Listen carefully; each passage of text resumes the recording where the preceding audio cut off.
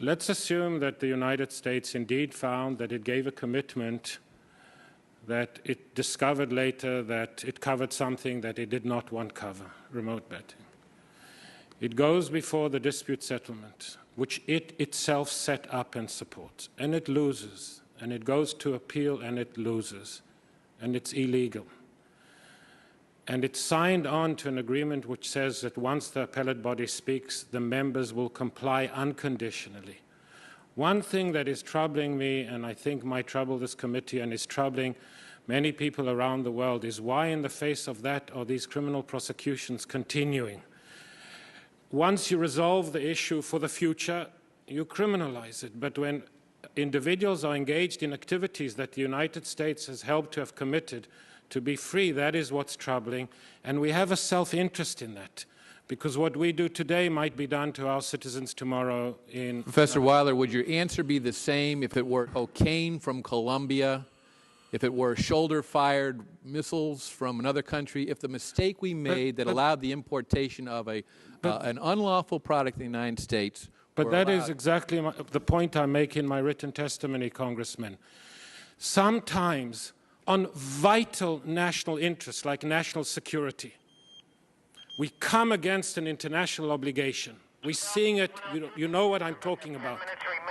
And we say because it's a vital national interest, our own existence, we're very sorry, we just have to follow our national interest. But this is not national security. And we should be sparing. We are the most powerful state in the world. We must be sparing when we violate international legal obligations. There is no, this is not cocaine. There is no vital national interest. That's the first point. The second point is the WTO was hospitable to the moral argument. The appellate body, there is under Article 14 of the GATS, it says public morality is an excuse, a legitimate excuse. What they could not understand is how the United States could come in and say we want a justification to prohibit remote betting from WTO members, when in the United States, I read from the ruling, it has been found that there is substantial, quote, substantial and even prominent businesses with collectively thousands of employees and apparently tens of thousands of clients paying taxes or generating revenue for government, having traded openly for up to 30 years and in some cases even operating television channels. The evidence regarding the suppliers demonstrates the existence of a flourishing remote account wagering industry on horse racing in the United States, operating in ostensible legality. The United States did not... That's why the United States withdrew from the provision, because we have not been able to pass legislation that clarifies this or to have it resolved in our courts. With respect, barring that, the most sensible thing to do was what the U.S. Trade Representative did do, which was withdraw the provision from the agreement. Understood, but with respect, Congressman, that is indeed why they're doing it. But I wanted to explain why nobody in the WTO bought the moral argument, the cocaine argument. Because if a country said it's immoral to do this kind of remote betting but not another kind, it simply was not persuasive.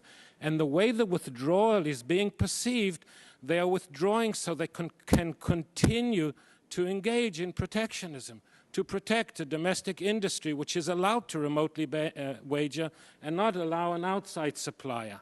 So I understand that on this you and I will probably agree to disagree, but those are the two issues which a lot of people find troubling and are risky for our long-term interest in the world trade arena. And I'm sorry my time is so short, but what about the morality question?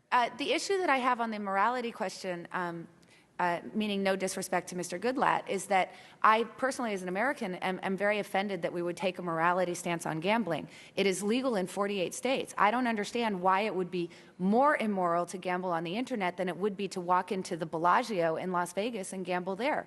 If we allow it to be legal in 48 states, I hardly think that this country can take a moral stance on gambling, and to pull the morals card as it relates to the internet. It's just a new But you would technology. welcome regulation so that scoundrels could Absolutely. not be involved in it. I don't think that children should be gambling online. My children do not gamble online. I would welcome regulation because I feel that the government would then be able to give me much greater support in enforcing those rules in my household. If I had support from this government, knowing that the sites that were offering gambling in this country were forced to use the kinds of technology that Mr. Colopy has discussed and that I discussed in regards to a technology like Snare, I would feel much more comfortable about my children being on the internet.